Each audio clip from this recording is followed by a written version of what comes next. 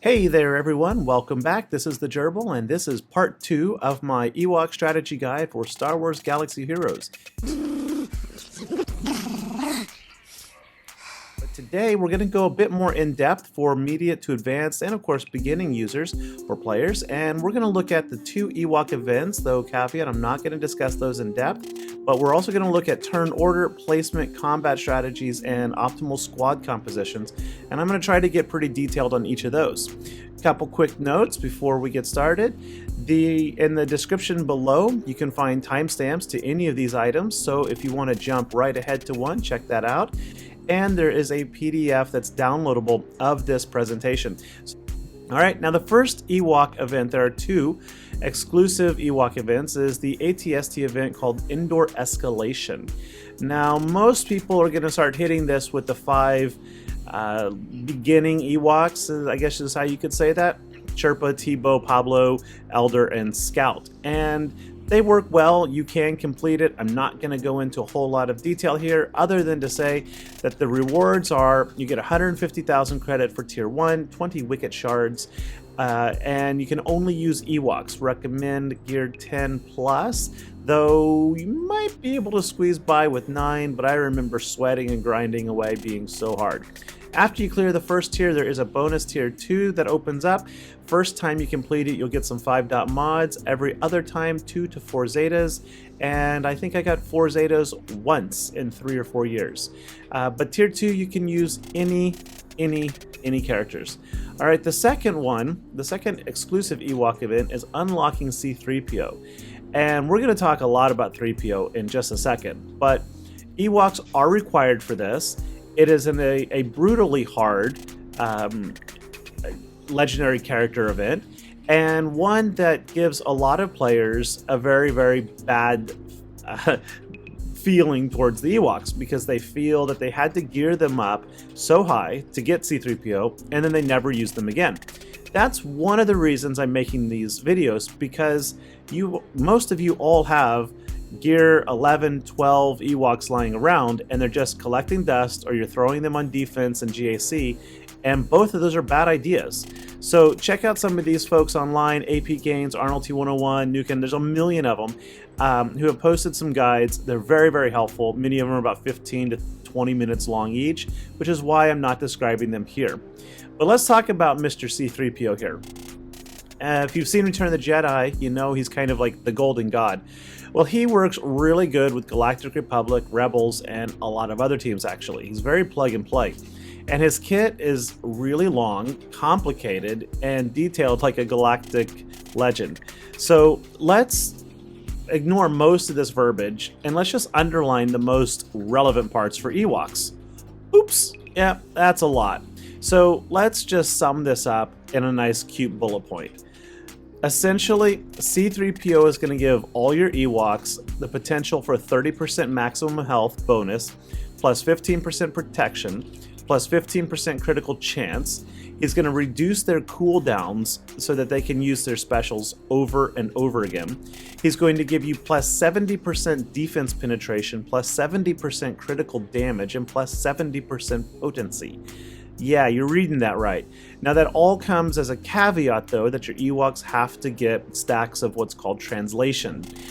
Translation is a buff that he provides. The first one gives you that 30% health, the second gives you the critical chance, the third one is how he's going to reduce the cooldowns. Then, for each stack of translation, your Ewoks are going to gain 20% potency, crit damage, or defense penetration, plus an additional 10 on top of that just as a bonus from his kit. In addition to all of that, C-3PO is going to inflict expose on your enemies, so your Ewoks are going to hit harder. Buff immunity through stacks of confuse on your enemies. He's going to raise the enemy's cooldowns through confuse. He's going to inflict offense down on the enemies. He's going to prevent assists, bonus turn meter, and counterattacks through those stacks of confuse. And when they got 3 stacks of confuse, he will reduce the enemy's I wrote turn meter, but it should be their cooldowns. He will reduce their cooldowns by 1.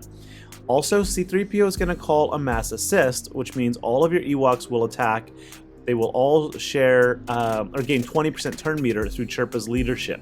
And yes, you should be running Chirpa.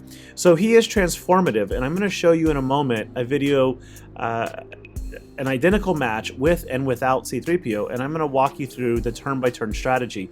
And you will probably drop your jaw at the difference in damage output, speed, and efficiency when C3PO is added to the mix. All right, now here's from Galactic Challenge. This is just an example, okay? To kill Scout, that was 1, 2 turns, 3, 4, where's the rest? 5, and 6. So 6 turns to kill Scout. Now the exact same teams, we're gonna do it one more time just for scientific testing. 1, that was an assist. 2, 3, 4. Okay, 4 turns. All right, now let's take out Elder and put in C3PO. Same opening, Galvanize, there's 1. Tribal Tactics is 2. Okay, that was 2. Let's try that again. Here we go. Same teams. Galvanize 1, Tribal Tactics 2. And to make sure we're doing that for reals, here we go. 1, different assists, Tribal Tact 2. All right, so 2 instead of 5 or 4. Yep. All right, where should you put your Ewoks? This is a tough one. Essentially, Ewoks are solid counters to Bounty Hunters, Night Sisters, First Orders, Palp-led Empire, caveat with being Mara Jade, Phoenix, almost all Rebels. There's a big caveat there, which I'll talk about in the 4th installment of this series. Resistance, Sith Triumvirate, and a bunch of others. I mean, honestly, a bunch of others. However, so I mean, okay, hang on. That's just where they should excel and shine. However, on defense, you have some very critical things to consider. First and foremost is, does your opponent have Infus Nest? And is that nest modded for tenacity? If the answer is yes, then you should not 100% not put your Ewoks on defense. Whether they use a Kyra lead or a Farm Boy Luke lead, or even just Nest by themselves, Nest can solo Ewoks, especially under AI control. The computer's AI sucks and will never play your Ewoks optimally. In reality, only unexperienced players are going to lose to Ewoks on defense. They are a C defense team. Yes, there are a lot of people that will tell you that they hold often, but it's my experience and my guildmates and everyone I talk to that those are usually underdeveloped or newer shards where players have not had a lot of exposure to Ewoks. So my solid recommendation is not to do it. Now, the Omicron changes things a bit. If you've got the Omicron, you've got super well modded Ewoks, they're super fast, high potency on Logray, then actually they can hold quite well, but they're still not an epic defense team. All right, turn order. Let's get to the nitty-gritty of what people really want to hear. The base speeds right out the gate, this is their character's base speed. Now there's a caveat with Poplu.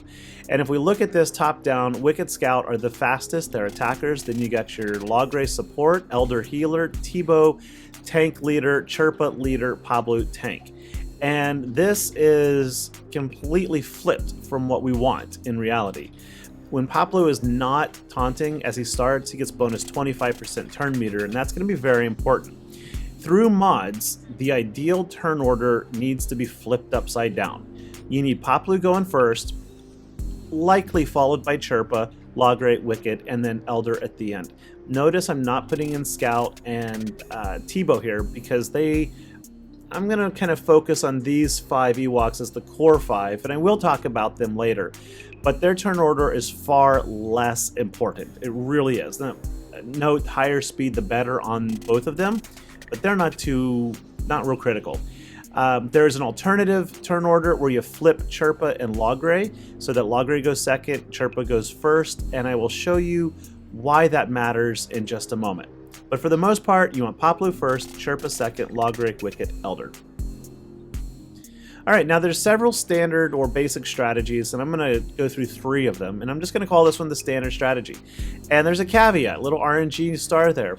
Every time an Ewok uses a special ability, Chirpa gives a 60% chance to call an assist.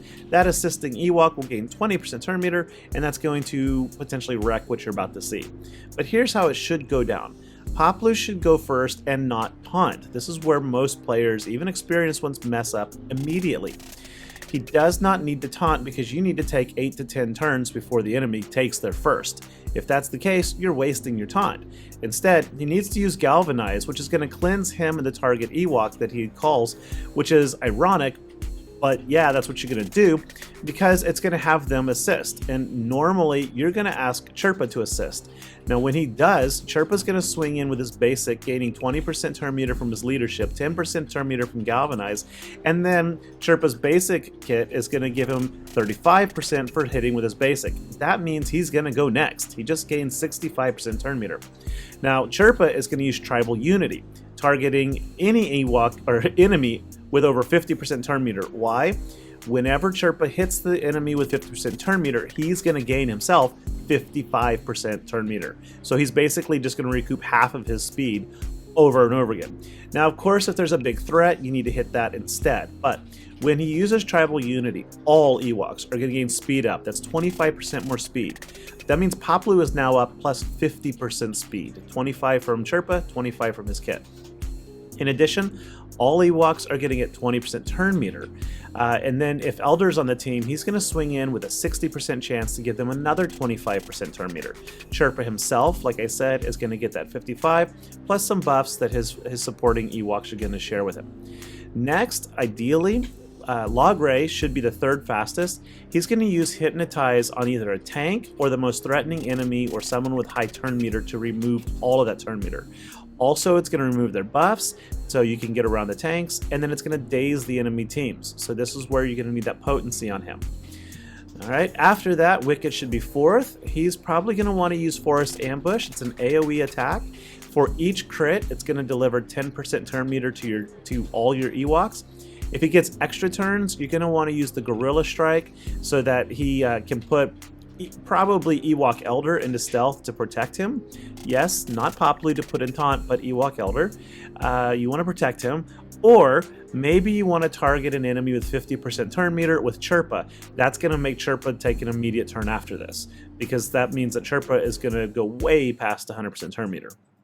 Anyway, it's situational, and we'll explore that. So at this point, Elder's the only one who hasn't had a turn. He'll just swing in with a basic, hope for some RNG, and give everyone some more turn meter. Next, Paploo can use his diversion to gain taunt, or swing with a basic to remove some buffs. Now, if he uses his diversion attack, he will inflict speed down, hopefully, on whoever he hits. At this point, there's too much RNG to know who's going next, but here's what you hope for. You either want Logray to apply prophetic visions to everyone. This is going to give them all foresight, advantage, offense up, and 20% more turn meter. Or you want Chirpa to swing in with his basic, like I said a moment ago, just to give himself some more turn meter. All right, after that, probably Wicket's going to go again and just poke someone. So beyond this, it's almost impossible to extrapolate what's going to happen. But if this is the situation, against most ideal enemies, whether it's First Order or Palp-led Empire or Bounty Hunters, you can usually eliminate one or two of the enemy tunes and have the enemies dazed and locked down before they get a turn. Alright, here's another order that I like to call What Tank. Reminder, RNG can mess this up. So same open with Paploo, Galvanize, but instead of Chief Chirpa, we're going to go for Logray. Why? Because Logray is going to remove that taunt and all buffs from the target of his choice, including 100% of their turn meter. So if you're going against Bosk, Bounty Hunters, this is where you just say, hey Bosk, no, go away, you're not a problem. In fact, usually Bosk is the last Bounty Hunter I kill, and I can usually get 64, 65 banners in GAC. I'm Kyber 3 right now. Got demoted from the squish. So anyway, you remove the turn meter train, or the taunt from the enemies, and then we resume the previous attack order. So Chirpa says, hey, okay, no more tank in the way, target somebody with high turn meter or a threat. Mass assist, give everyone turn meter. Wicket, push another 50% turn meter to everybody. Elder, hope to push some more turn meter to everybody. Paploo, do whatever he needs to do, probably taunt, swing in for a basic, or prophetic visions to get turn meter, or Gorilla Strike to put either, to put more turn meter on Chirpa, or hope that Elder gives you more turn meter, or put Elder into stealth, or. It's too hard to know. But the point is, if there's a tank leading out there, automatic taunting, use Hypnotize and Logray. Now the third order I'm going to talk about, I call C3 Speedo. I know, that's kind of lame. But in this one, we take out an Ewok and we put in C3PO. Same opening start. Why is Pablo going to go first? Because that bonus 25% turn meter. You mod him for high speed, not health, not defense, just high speed, speed. And he's going to easily start most matches at 360, 370 speed if you really crank him up there. So he should go first. Call in Chirpa. Now this is really important here because that same tribal unity that we already talked about is now going to give himself a stack of translation, and obviously Pablo had one to start off, so they both got 2 stacks.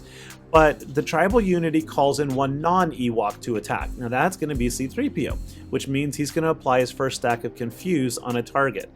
All right, so everybody assisted. Wicket should then do his little AoE or Gorilla Strike. He's got 1, hopefully 2 stacks of Translate now. At this point, Logray does his little daze on the whole enemy squad, so hopefully you have no threats immediately present. Everybody has stacks of translation, so you've all got health up. And if you got 2 stacks, you got crit chance up. So then it's C3PO's turn, who you want to go last. And you want, honestly, 3PO as fast as possible, but you ideally do want him to be slower than the Ewoks. So at this point, C3PO says, oh my goodness, targeting Logray. This is going to give both him and Logray their second stack of translation. It's going to put 2 stacks of Confuse on the target, and all Ewoks with Translate will attack, which means another mass assist, and they will all get another 20% turn meter. So now at this point, Logray's got 2 stacks. Wicket hopefully has 2 stacks. Chirpa and Pablo have 1. All right. Pablo's going to go again because he's epic fast, and he's going to get his second stack by taunting and speed down. Chirpa is probably going to basic, but you could, of course, use his retribution. I don't know why I'm saying he's got 2 stacks here. He should probably only have 1, but maybe 2. You never know. Or, if you're lucky, and turn meter goes your way, then Logray's going to use his prophetic visions, and poof, he's at 3 stacks now. What that means is every time C3PO uses his basic, Logray's cooldowns are going to drop. And if you use Wicket to call in assists from C3PO, then Logray's cooldown on this prophetic vision is going to continuously drop, and he's going to do it every other turn, constantly keeping your team under foresight. Same thing's going to happen with Chirpa. He's going to constantly be using tribal unity, calling in everyone to attack, which includes C3PO using his basic, so it creates a cycle of lowering those cooldowns. You know, what happens after this? Who knows? It's situational. All right, so let's look a little bit at how this should pan out. This is a galactic challenge against rebels under Mon Mothma. Okay, so here we go. We have 3 options. We either basic and remove the taunt, or we galvanize, call an assist, which is going to help spread some turn meter, or we use the middle special, which is just going to put him into taunt and speed down. The answer is galvanize. Now, Ewok Elder assisted and Logray assisted, but Elder had a higher turn meter or basic speed, so he's going to go first, unfortunately, but that's okay. We'll heal Chirpa with that. All right, now then, Logray's going to hypnotize, so we remove that taunt. We daze a few of these people, which is great under a team like Mon Mothma or Geos or whatever. So now Wicket has 6 targets out there, so he's going to use the AoE attack, which will pump out up to 60% turn meter, and it worked. You can see how everyone is now at 100% turn meter. This is how you want things to go. Let's go ahead and hit fast forward and just let this play out, and you can kind of see how grindy this is. All right, so I've put this up to 1000% normal speed, which is why we've lost all the animations there, because this was a rather grindy fight. Ewoks versus Mon Mothma can be very challenging, even outside of Galactic Challenge, because Mon Mothma's speed turn meter train between POW and Scout and consistent heal ups, right? Ewoks don't do a lot of damage on their attacks except for Wicket, so Mon Mothma kind of negates a lot of the punch of Poplo and Elder, and it just takes forever. All right, we got the win. Now let's look at the exact same situation, the same galactic challenge, but we're going to take out Ewok Elder and we're going to put in C-3PO just to see the stark contrast that this results in. All right, same exact situation, double speed though. All right, so we're going to galvanize, calling Chirpa or Logray, probably Logray, so that Logray can daze the team, remove the taunt. Success. Chirpa's going to do the tribal tactics on Scout, who fortunately is over half turn meter, which means Chirpa's going to end the turn at over half turn meter. There you go, nice job. Then we're going to do a little Wicket AoE. And you can see we've already got stacks of confusion happening over there, which means that they cannot assist or gain bonus turn meter or gain buffs at some point. Okay, nice, good hit. Punched out a bunch of turn meter to the whole team. We're almost all at 100%. Now, here's the thing. We need to get the Ewoks up to 3 stacks of translation. So you pretty much always want to use some special abilities. Once you've got those special abilities up there, and it doesn't even really matter what they are, after a turn or two, you just need to get 3 stacks. Once you've got them, then you're going to start using Wicket to call in assists from C-3PO. See, look at that. Scout's down much faster.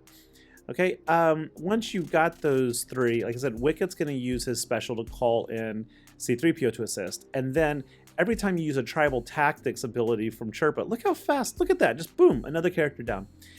Every time Chirpa uses the tribal tactics, he's going to call in one non-Ewok to assist, which is, of course, C-3PO. And every time C-3PO uses that basic, right there you can see, the cooldowns are going to drop. So C-3PO is, in essence, going to begin to accelerate your team by more than halving their cooldowns, right? So here we go. We're going to target C-3PO with this one. So Wicket says, here, assist me, C-3PO, C-3PO again.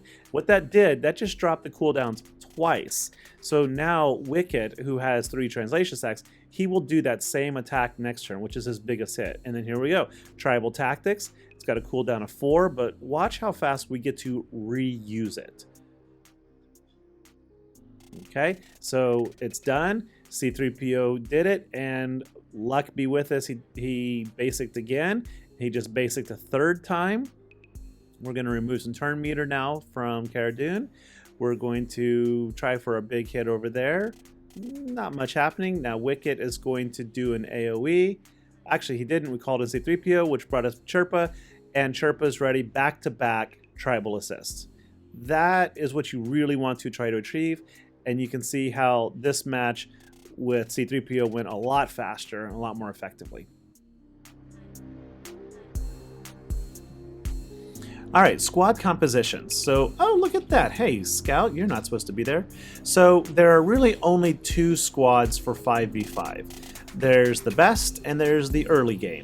The best is after you've unlocked Wicket and you got yourself a nice little 7-star Logray, and they're going to be your arena, your GAC, your territory wars, territory battle, C-3PO, ATST, whatever you can think of. If you go on pure Ewoks, that is the best squad, hands down. Early game and for raids, even late game still for raids, this is your best 5 Ewok squad. Chirpa, Ewok Elder, Teebo, Poplo, and Scout. They are a decent backwall defense in GAC early game. Again, not if your opponent has Nest. Look for Nest. If they got Nest, they will lose, and you will give your opponent free banners plus bonuses. Don't do that. In terms of raids, this squad right here can solo the pit raid once you get them properly modded and you figure out how to run them. The tank raid, they can solo phases 2, 3, and 4, and then heroic Sith raid, they cannot solo anything, but they can achieve some decent damage in phase 2. Not really anywhere else. All right, squad composition 3v3. And there's a bunch of these, and I'm not going to discuss them all, but here's a couple of videos, I'll put links in the descriptions, where you can see them doing some good stuff. The first one of them is actually just a team of 2, Teebo and Ewok Scout, who work real well together, and the other one is taking down a couple of different squads. So there's 3 offensive variations: a control, a budget control, and a defense squad here. And you can read the notes on the side, but I just want to talk about a couple of the synergies and how these are going to work for you. So on offense, you need Chirpa, you need Wicket. The third one depends on what you're going at. If there's a tank, you need offense 1 for Poplu to remove the taunt on his basic, and of course Wicket is going to be able to call him to assist, so you can target him, put him into stealth, and trigger the taunt on Poplu, gaining health and protection recovery. If you are looking for a quicker kill, you're not so worried about the enemy, and you just want more damage output, switch out Poplu for Scout, and you're going to get a lot more assists, which is some more turn meter train from Chirpa. And the third one, which is more versatile, is to put in Logray for the third player, but it's a squishy team as you have no defense, and they're all going to die rather quickly, I think. A control team, both of these are really fun. Teebo's basic is going to remove turn meter 100% when he's in stealth. Wicket will put him in stealth, and Teebo will put himself into stealth. Logray is going to give everyone the foresight for protection. He has 100% turn meter removal on his hypnotize. And then, of course, Wicket has got your turn meter bonuses from his AoEs, and Teebo's got one. So this is a really fun little control cleanup team. Not epic, but a lot of fun to play, and can be used very effectively if you know who to kill with it. Control on the budget's the same thing. Here, though, instead of Wicket, you got Scout, whose basic removes turn meter, so you've got 3 turn meter removal Ewoks. So if you're going up against a slow target, it's very, very, very easy to run circles around them, and they may never even get a turn. And then for defense, you want Ewok Elder and Poplu under Teebo, because Teebo's lead will help Poplu go into taunt and help him recover health and protection. And then, of course, if Poplu does fall down, Elder helps him stand back up. All right, Ewoks with friends. There's so much to say here. Similar situations to the 3v3s, but these are a bit more specific to certain circumstances. So you can see the bottom 3, Rancor, Tank, and HST, or the Sith Raid. That Rancor raid right there is really easy to solo with these. You put a high enough potency on Scout and Teebo. You use C-3PO to drop the cooldowns. Use Wicket to constantly put Teebo under stealth. And you just use Chirpa's mass assist as much as you can, and you keep the potency levels high on Teebo and Scout, and the Rancor will never take a turn. Or it will, but just not enough to win. The tank raid is a pretty easy raid, full clear stages 2, 3, 4. This one is very, very easy. I haven't tried in Eons, but I got pretty close on phase 1, about 80-90% damage. The heroic Sith raid, this squad actually can achieve 9 to 12 million damage in phase 2. It takes some serious practice, and you got to really learn who to call in for assists and when and how. But you can put up some good damage there if you don't have any other really good teams, or you're just looking for some extra team. 3v3 compositions with friends. I really love these in 3v3 GAC. In fact, that's like what I really look forward to, is because I like to find B to bad teams on defense, or those unexpected wins. Same as before, but R2-D2 is going to help Teebo go into stealth. Princess Leia is going to increase your damage output, and hopefully Teebo will put her into stealth so you don't lose that turn. And then the early game defense, this one can just like trick up people, because if you mod Leia for damage, you mod Teebo for potency, and maximum protection on Poplu, health and protection, then he can be really, really hard to get around, especially with Teebo's leadership healing him. Okay. Wow. Looks like that's it. Okay, so I hope this was helpful. Hit that like, subscribe button. Let me know if you have questions or comments in the comments down below, and I look forward to seeing you back in part 3 when we talk about mod Zetas and the Omicron. All right, thanks for watching.